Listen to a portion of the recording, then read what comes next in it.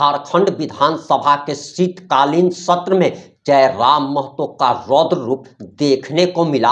वह मुक्के से टेबल को पीटने लगे। सरकार को उन्होंने ढोलक बना डाला और जयराम महतो ऐसे दहाड़े कि उनकी दहाड़ से आसमान भी कांपने लगा। नमस्कार, मैं प्रिंस कुमार सिंह और आप देख रहे हैं पॉजिटिव टॉक्स। अगर अभी तक आपने चैनल को सब्सक्राइब नहीं किया है तो खबरों से अपडेट रहने के लिए कृपया चैनल को सब्सक्राइब कर लीजिए और जो लोग ऑलरेडी कर चुके हैं उन तमाम लोगों को सहृदय धन्यवाद। अब वापस आते हैं अपनी खबर पर और जरा आप ये वीडियो देखिए। कोई मजाक नहीं कह रहे, 12 बजे रात को आते हैं शून्य काल डालने के लिए और अफसर ने मजाक बना के रख दिया है।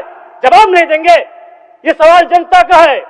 जिस जनता के टैक्स से पैसे से ये सूट पहनते हैं, जिस जनता के टैक्स पहनते से ये वोट पहनते हैं, कोट पहनते हैं, उस जनता का सवाल है और जनता का सवाल के उत्तर नहीं देते है। उनको यहां से जोहार है।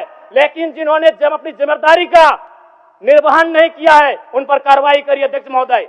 और बिल्कुल बड़े शर्म और दुर्भाग्य की बात है कि जिस राज्य का युवा, जिस राज्य का भविष्य स्कॉलरशिप नहीं मिलने से परेशान है, हताश है, उस राज्य के विधायक 4 करोड़ 32 लाख के आवास में रहेंगे। ये कितना बड़ा दुर्भाग्य की बात है।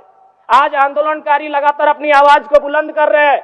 जिन्होंने अपने लहू से इस राज्य को सींचा, अपने खून से इस राज्य को बनाया, आज जो 3,500 का पेंशन प्राप्त कर रहे हैं और जिस राज्य के मंत्री 6 करोड़ के आवास में रहेंगे और उस राज्य के आंदोलनकारी सम्मान नहीं पाएंगे जिन्होंने लहू से राज्य बनाया है, यह अभी दुर्भाग्य का विषय। अध्यक्ष महोदय, अगर बालू की बात करें तो वो तो सरेआम है, सब अपनी आंखों से देखते हैं।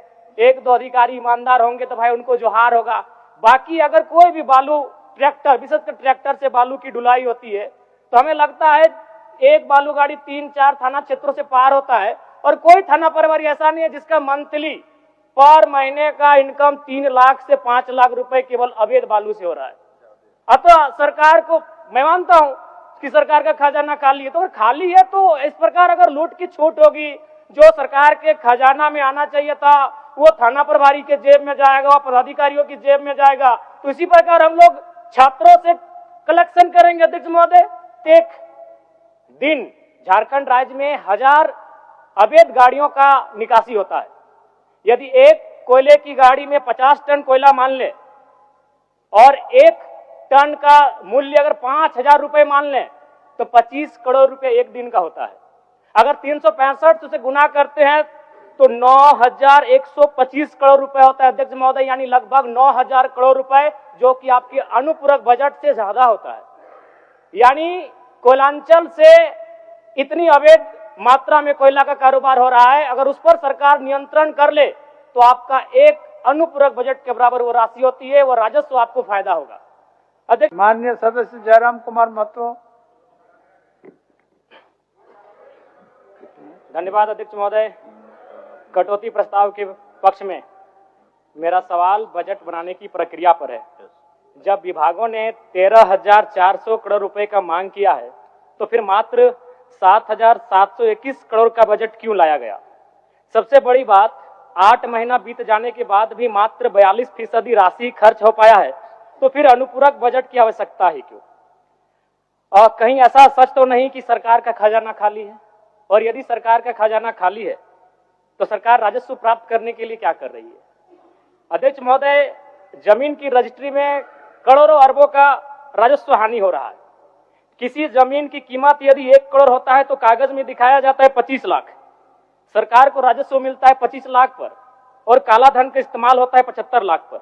महोदय, अगर मेरी बात पर आपको संदेह है तो किसी भी इस राज्य में अगर किसी भी बड़ा भूखंड, एकड़ों का भूखंड, अगर उसका खरीद बिक्री हुआ है तो आप उसकी एसीबी के माध्यम से जांच करवा ले, दूध का दूध और पानी का पानी हो जाएगा।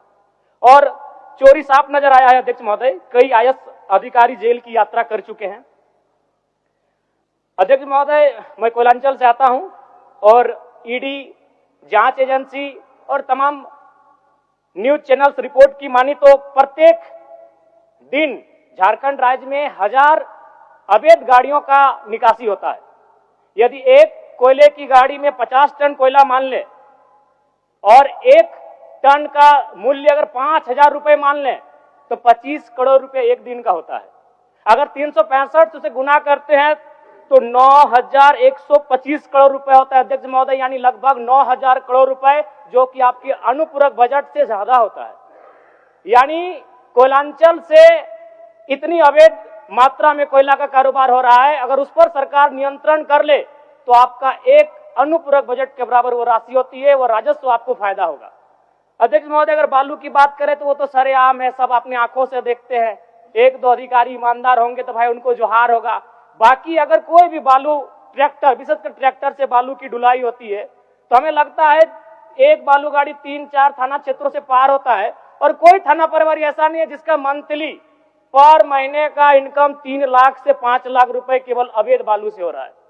अतः सरकार को मैं मानता हूं कि सरकार का खजाना खाली है, तो अगर खाली है तो इस प्रकार अगर लूट की छूट होगी, जो सरकार के खजाना में आना चाहिए था वो थाना प्रभारी के जेब में जाएगा, वो पदाधिकारियों की जेब में जाएगा। तो इसी प्रकार हम लोग छात्रों से कलेक्शन करेंगे। अध्यक्ष महोदय, अब इसको भी झूठ मत कहिएगा, अखबार में दिया था कि जैक ने 35% 10th और इंटर का शुल्क बढ़ाया।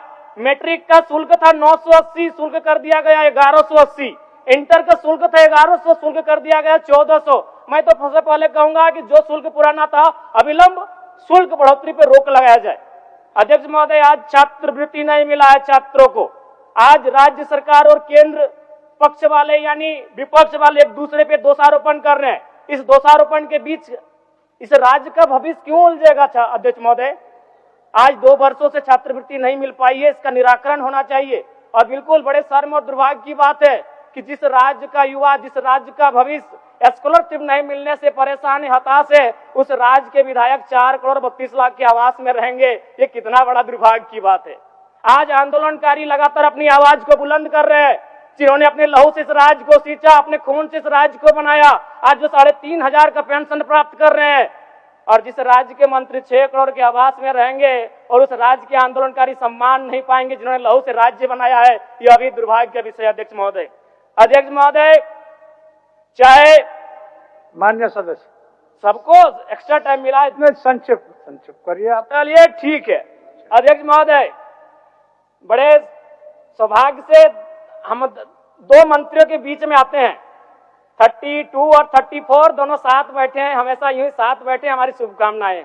एक ही कुर्सी में बैठे हैं और दोनों के बीच हम आते हैं। 33 एक बार भी मंत्री महोदय मेरे विधानसभा में गए नहीं। क्यों नहीं गए? योजना ही नहीं है, इनका दोष नहीं है। मेरे विधानसभा में कोई नई योजना, किसी के विधानसभा में मंत्री पद का कार्य क्या है? सिर्फ अपना विधानसभा नहीं होता है, कम से कम साल भर हो चुका है। एक विधानसभा तो इनको विजिट करना चाहिए था, अपने पड़ोस के जिले को तो विजिट करना चाहिए था। तो ये तो सच्चाई है। अध्यक्ष महोदय, दूसरी बात, आलिम फाजिल की परीक्षा जैक द्वारा संचालित होती है, किंतु वर्तमान में सहायक आचार्य की नियुक्ति में प्रमाण पत्र की वैधता को खत्म कर दिया गया है। और सबसे महत्वपूर्ण बात अध्यक्ष महोदय, जैसा कि अखबार के माध्यम से हम सभी ने पढ़ा कि विभाग सवालों का उत्तर नहीं दे रहा है। अध्यक्ष महोदय, शून्यकाल में कल रात्रि 12 बजे नीरा मैडम और मंगल कालीन का झगड़ा हो गया। एक दिन राजा साहब और हमारी गाड़ी का टक्कर हो जाता, इतना रफ्तार में आए, बोले कि राजा साहब को तो शून्यकाल डालने नहीं देंगे, इनसे पहले हम जाएंगे। अध्यक्ष महोदय, ये कोई मजाक नहीं कह रहे। 12 बजे रात को आते हैं शून्यकाल डालने के लिए और अफसर ने मजाक बना के रख दिया है, जवाब नहीं देंगे। ये सवाल जनता का है, जिस जनता के टैक्स से पैसे से ये सूट पहनते हैं, जिस जनता के टैक्स से ये वोट पहनते हैं, कोट पहनते हैं, उस जनता का सवाल है। और जनता का सवाल का उत्तर नहीं देते है, उनको यहां से जोहार है। लेकिन जिन्होंने जब अपनी जिम्मेदारी का निर्वहन नहीं किया है, उन पर कार्रवाई करिए। अध्यक्ष महोदय, 12 बजे रात को हम लोग सवाल डालते हैं। चलिए मान्य सदस्य। अध्यक्ष महोदय, अंतिम में कंक्लूड कर रहे हैं। कंक्लूड कर रहे हैं। समीर कुमार महंती, चलिए आपका समय समाप्त। समीर कुमार महंती। अब आपकी जो भी प्रतिक्रिया है कमेंट बॉक्स में लिखना ना भूले। जुड़े रहें हमारे साथ। जय हिंद, जय भारत।